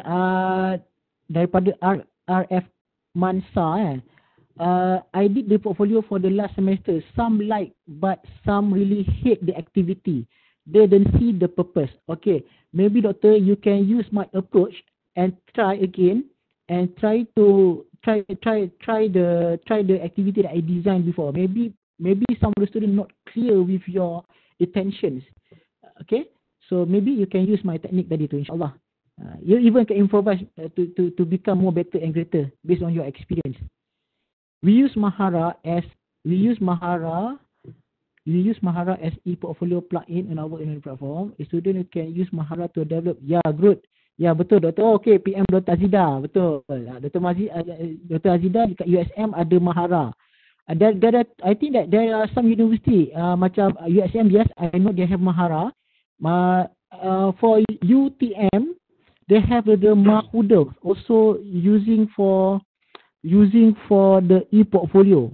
I think that USM and also UTM quite established in terms of developing the e-portfolio for students. Okay, can the lifelong learning other than digital skills? Yes, can. Tadi you boleh tengok tadi I punya plotting pada MQA 2.0 and 1.0. Boleh. It's wonderful. It can be. Alright. Okay, our final year student in the midst of data collection for FYP. Some of the students not completed. Sorry, lajunya masuk banyak masuk. Okay, kejap saya tengah baca satu-satu. Okay, one of our student in the midst of data collection FYP. What is not completed yet? Okay. Yang ini I want to share with you. Maybe not suitable for all discipline, but I think that I can share with you maybe something that related for social science. Maybe if you saw my YouTube channel, I have mentioned about the internet mediated research, meaning that the student can use the online approach for data collection. Jadi yang itu mungkin boleh, but for those yang memang kena jumpa face to face dan sebagainya tu, it's a bit difficult sikit. Memang sukar sikit. Okay. The data collection kena buat di hospital. Yeah, that one is very difficult. Yeah, betul. I agree that one. We also have that difficulty. Dr. Syamsul, have you got a sample of your student portfolio? Yes, I already have that one. I already attached dekat dalam, already I shared with you here. Okay, you can saw here, you can see the compilation of students' portfolio from me. Okay, if we are able to implement this majority of our students, how we can adapt this without the internet access? Just let them to do a paper portfolio. Yes, you can do. Yes, you can do. As I mentioned before, we can do our portfolio. Number one is traditional portfolio using the paper base or hard base. Or even if you have that opportunity, use the electronic one, you can go and pursue to have the electronic. Okay, we can have both traditional and also digital part. Before, when we start our portfolio, before we have the electronic, we also start with the paper base. I think that the paper base start with the student in the art and design. They start the paper base portfolio. All right, they have a quite thick of portfolio. Okay. Ada tak soalan-soalan yang saya tak sempat nak baca? Kalau saya minta maaf ya. Okay, since Dr. Syamsul mentioned about kitchen, how did UiTM implemented e-portfolio related to that? Alright. Okay. For that kitchen, what they did is there are some. I do understand that some of the kitchen process, especially when we talk about recipe, it was very confidential. Yang itu memang everything that confidential tu memang kita tak allow dia to be published on the public. That's the reason why when student want to, that's the reason why we have our guideline and also the implementation on e-portfolio, meaning that not all can be on a public view. Some of it must be on the unlisted view ataupun on the private view. So what we did here is normally for the kitchen everything, we allow them to have that kind of reflection of the process and whatnot. Okay. Okay. If implementation majority, okay. Tadi I kata new students. Okay. If we both paper and digital, the domain can no longer be the same. It can be longer be digital skill. Yes, betul. It cannot be the same. So meaning that you have to plot to another domain. You cannot focus on the digital side. Okay.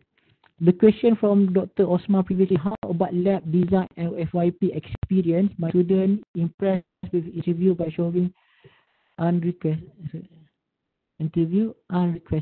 So how about lab? So this lab, do you have any info of each program course doing the portfolio based assessment? I have. Alright. So kejap, saya nak jawab soalan Dr. Osman ni. How about lab and FYP experience? Kalau tengok pada BEM punya surat siaran, they have mentioned that you can change into the simulation, but if cannot, you may to subject to postpone or give them certainty else. It depends on the skill set that you want to assess. Yang ini susah sikit saya nak jawab sebab it depends on you punya higher learning provider decision making. Okay. And my student impressed his interview by showing the FYP during. Okay. Yang ini it depends on you faculty decision making, doctor. So it's difficult for me to decide. But if you ask me in the context of surat siaran BEM, they allow you to have that kind of e-simulation. That's what I understand. That also what my friend shared with me on that particular questions. Okay, do you have any info of engineering program course doing portfolio based? Yes. On the faculty of engineering, they are on UiTM, they are doing on the portfolio based assessment. Okay. What more? This engineering student computer engineering. How to do online exam for the big class? Okay. I just to share with you what we did at UiTM. This is my practice just to try to reflect and answer your questions. What we did here is we are not going to have the online final exam with one sitting at one time.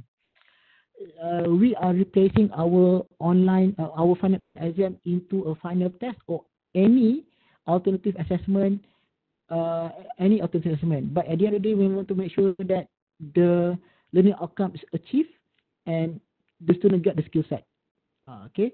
If you ask me on UiTM, we are not doing the online final exam. All right. So because of our data show that the students don't have the accessibility on the internet. That's the reason why we are not going to have that approach so far. All right. The system ready, but the students are not so ready to have that kind of situation. All right. Okay. Do we have do I have any question that saya tak sempat nak jawab? Mungkin saya tak sempat nak jawab. Okay. At the moment, I am using Google Site Student Portfolio under UMT Google Site. For macam doing the Student Portfolio Pro, anyone can be accessed. Yes, betul. There are some students having a trouble on creating site due to the no connection. Do you have any tip for this? Betul. If you ask me, the low bandwidth sebenarnya untuk buat portfolio sebenarnya menggunakan Google Site. But the pro and con is the student having, even walaupun you pakai Google Site, but still you need to have the internet connectivity. So what I did here is, those students yang tak boleh buat pakai Google Site, I allowed them to use the offline resources. Okay, so meaning that they can create their portfolio using their Words ke, PowerPoint ke, just a matter of the platform. Alright, so offline resources. You can use the offline resources because of the Google Site, the weak site is a platform, but the content itself is the platform. So the content is you can choose the content, you can design the content. All right. So only continuous assessment is no online exam. Sorry, I joined. Yes, there is no final exam at the UiTM for the moment. Final exam that we say is the one sitting exam at one time. For UiTM, we are not applied to have that. What we apply is to change into the continuous assessment or final test. Okay. So any tips for the lecturer to start? Sorry. Cepatnya. Kejap. Any tips? Saya tinggal tadi. Okay, what your tips for lecturer who new starting a course portfolio? For me, that you maybe can start with your professional portfolio, or maybe you can start with one course portfolio. Buat satu dulu. Alright, and see how effective your portfolio can interact with your students. Alright. Okay. If you ask me what is the best tools, it depends on you. Tapi as a start, maybe you can start using Google Site. Maybe you can start using your weak site. Alright. There are pros and cons. Okay. But if you have the UMT Google Suite, maybe you want to have the experience develop a portfolio, you may please to use the Google Site. Okay. Kejap masuk PKP, pensyarah lagi banyak rasanya macam mana nak motivate them. Betul. I do agree, doctor. I do my reflection also. I do like work almost 44/7. Even Sabtu dengan Ahad pun kerja macam hari biasa juga. Yeah, correct. But these are the things that I think that all the universities, academicians facing in. But what we need to do is, it's difficult how to motivate them.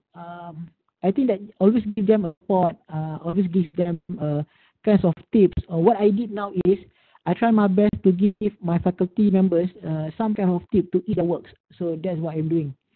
Okay. Okay. That's mean more assignment. Not more assignment.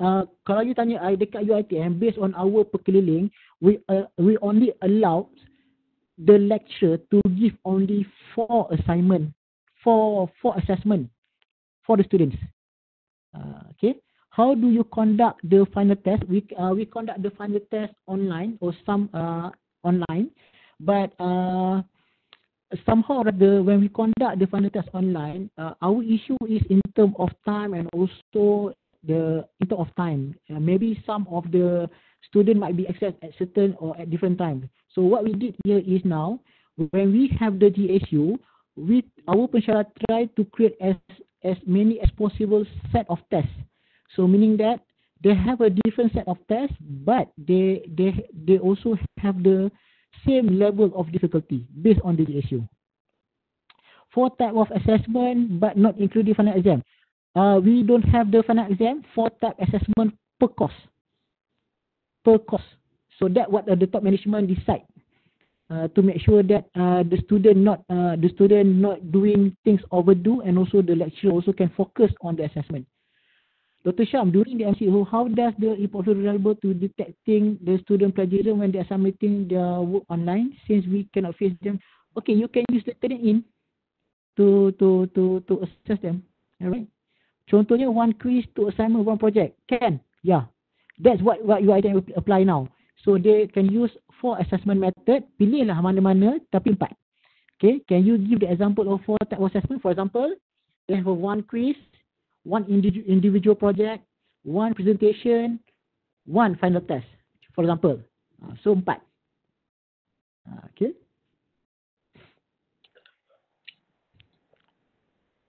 Okay. Maaf ya, kadang-kadang most of my answer tu kadang-kadang I share what is my university practice because of I cannot decide on the behalf of UMT, but I try to share you what are the practice of UiTM doing now, because of I'm helping the VC and also the TNC outlining the assessment. Okay, final test tu bukan final exam ke? Okay, dalam UiTM when we talk about final exam adalah final exam yang berjadual, meaning that you have to sit in one place at one time. Final test, it can be final test sebenarnya fall under final assessment. So kalau final exam pakai GSU, but final test pakai GSUB. Right? So that's the difference between final exam and final test. That's the operational definition at UiTM lah. Okay.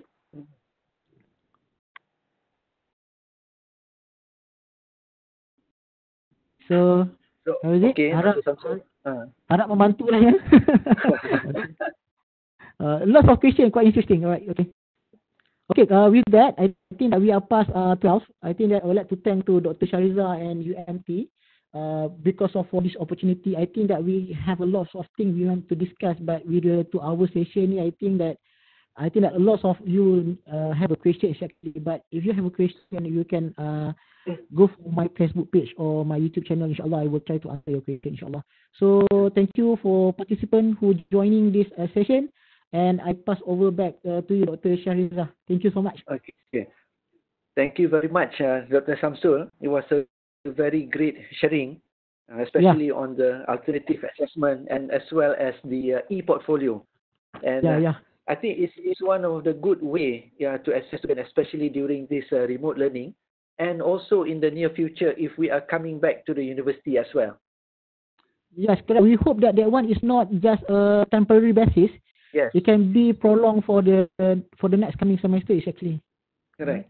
And I would like to thank also for all the participants for all of your overwhelming response, especially the questions. It was a great active involvement. And before I close this, I would like to announce again our next session. For those of you who want to see further, we have on the 11th May is on the pembinaan soalan berasaskan taksonomi. And then on the 13th of May, maybe for those of you who are starting to use e-portfolio or any other types of alternative assessment, we have on 13th of May a rubric for student assessment, and continuous after that on the 18th is development and validation of rubric by Dr. Adibah Abdul Latif. So we will open this again to all universities, and all of you are welcome. So I guess that's about it. Thank you very much, Dr. Syamsul, again. Yeah, welcome to all of you. And we hope you would again accept our invitation in the future. Inshallah. My pleasure. Okay. And with this, I close this session. Thank you very much. And for those of you, the link has been given in the chat for the notes as well as the Google form for your participation. Inshallah, for this session, we will prepare an electronic certificate to be emailed to all the participants. So with that, I close this session. Thank you again, Dr. Syamsul. Yeah, thank you to all of you. Waalaikumsalam. Good day. Stay healthy. Stay safe at home. Assalamualaikum warahmatullahi taala wabarakatuh. Waalaikumsalam warahmatullahi wabarakatuh. Okay. Thank you, everyone.